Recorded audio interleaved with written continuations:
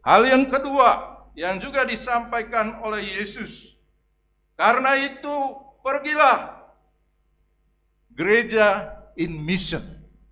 Jadi kita itu diajak oleh Yesus pergi mewartakan, menyampaikan kabar baik.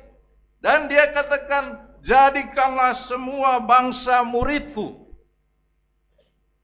Jadi perhatikan ini saudara-saudari. Dia menyampaikan pergi dan jadikan semua bangsa muridku. Artinya orang yang mengenal Yesus. Buatlah banyak orang mengenal Yesus. Itu tugas kita. Menyampaikan kabar baik. Apakah orang itu nanti minta dirinya untuk dibaptis? Itu soal kedua. Yang penting sekarang kita menyampaikan kebaikan Allah. Saya hidup berdasarkan kebaikan Allah yang saya yakini dalam diri Yesus Kristus itu. Saya memperkenalkan kebaikan Tuhan melalui tindakan-tindakan baik saya, melalui tindakan kasih saya, pengampunan, memaafkan yang lain. Itu kan nilai-nilai yang diajarkan oleh Yesus Kristus yang membuat kita membangun persaudaraan inklusif, persaudaraan dengan semua orang. Mahatma Gandhi amat tertarik dengan pribadi Yesus Kristus itu. Hanya dia mengatakan, saya tidak mau menjadi anggota gereja Katolik.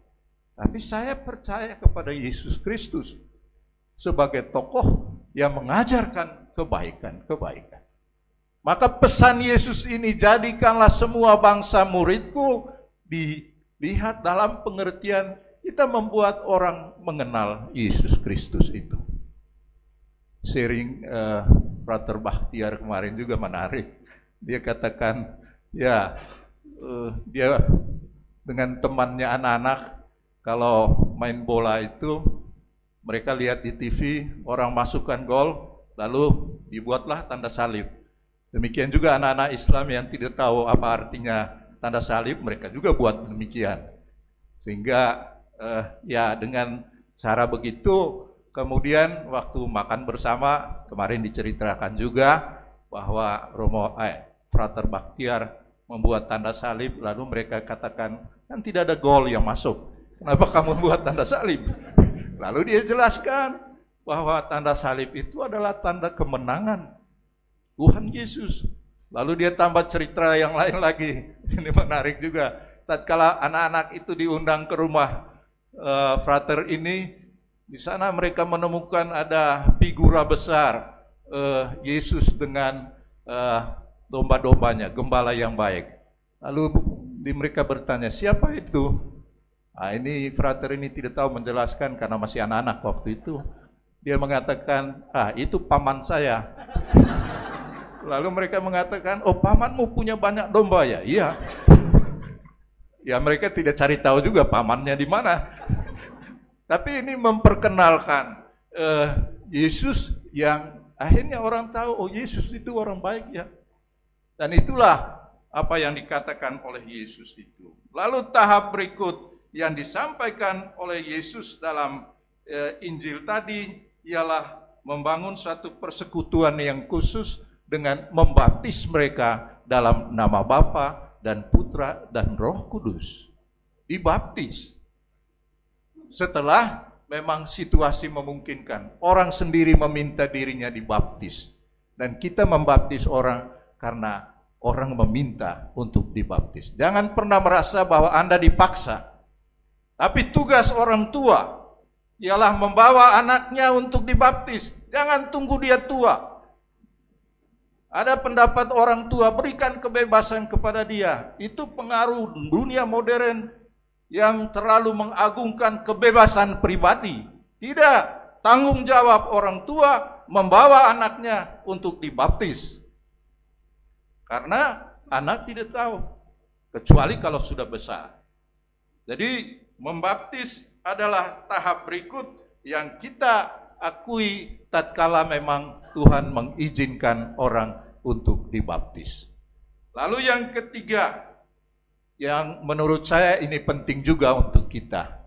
Yesus mengatakan, ajarkanlah mereka melakukan segala sesuatu yang telah kuperintahkan kepadamu. Mengajar. kerikma.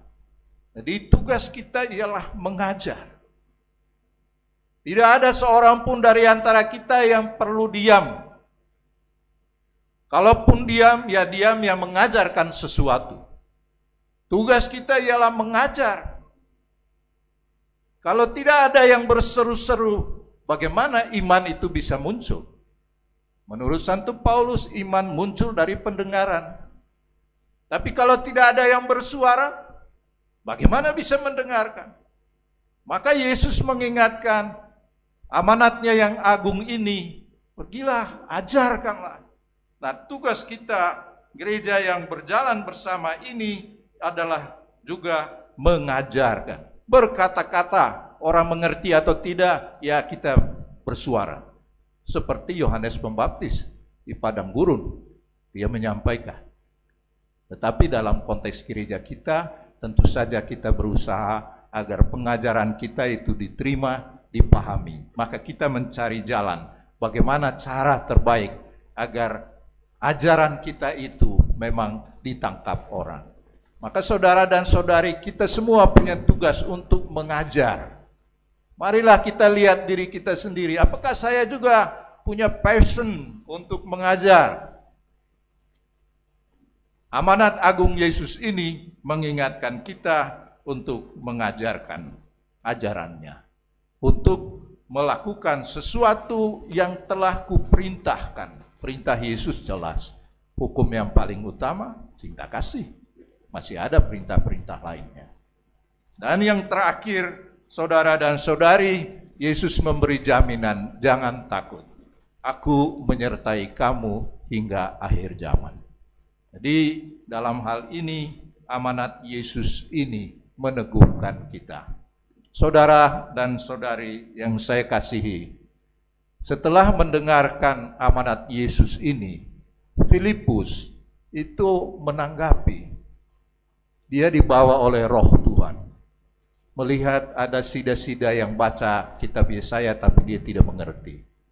Lalu Roh mengatakan, pergilah, bantulah dia.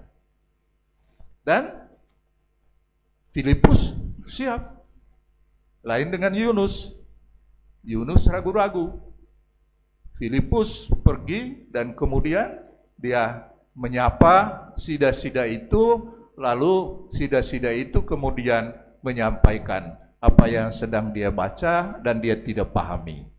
Lalu Filipus mengajarkan Injil kepada orang ini. Berkat pengajaran Filipus ini, maka orang itu kemudian memahami, dan apa yang terjadi? Dia minta untuk dibaptis. Nah, saudara dan saudari yang saya kasihi, kita sekarang menyadari, meyakini sungguh-sungguh bahwa kita hidup dalam gereja yang kita sebut gereja sinodalitas. Gereja sinodal yang berjalan bersama.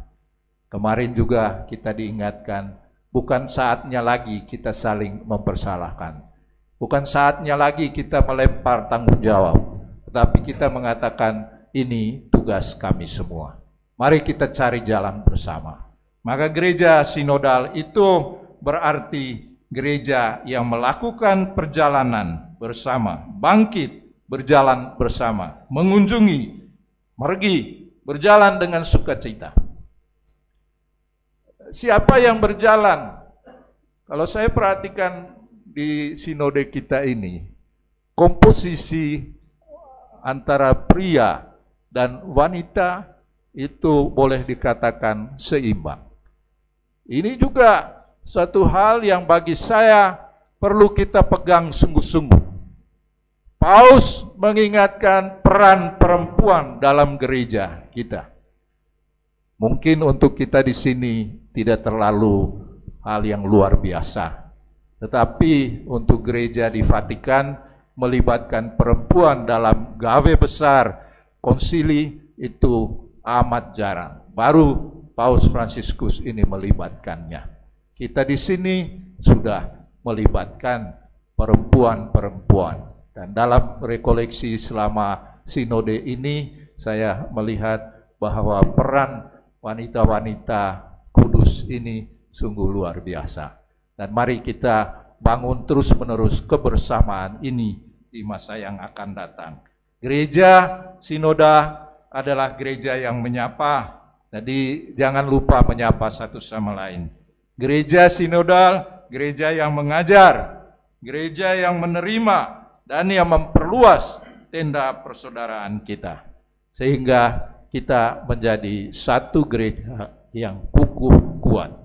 Dan dengan kesatuan itu kita memperkuat kebangsaan kita, satu nusa, satu bangsa di Indonesia.